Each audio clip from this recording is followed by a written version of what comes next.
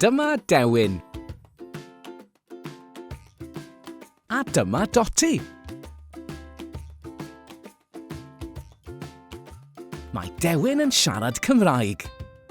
Helo! Dydy Dotty ddim yn gallu siarad. Mae hi'n gi. Ci yw Dotty.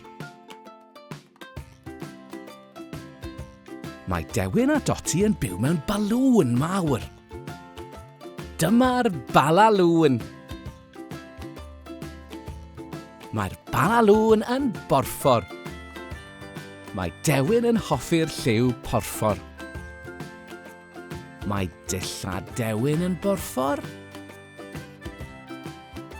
Mae dillad Dotty yn borffor.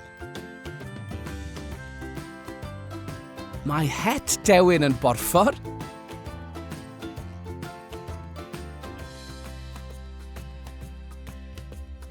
Mae Dewin a Dotty'n hoffi'r lliw porffor.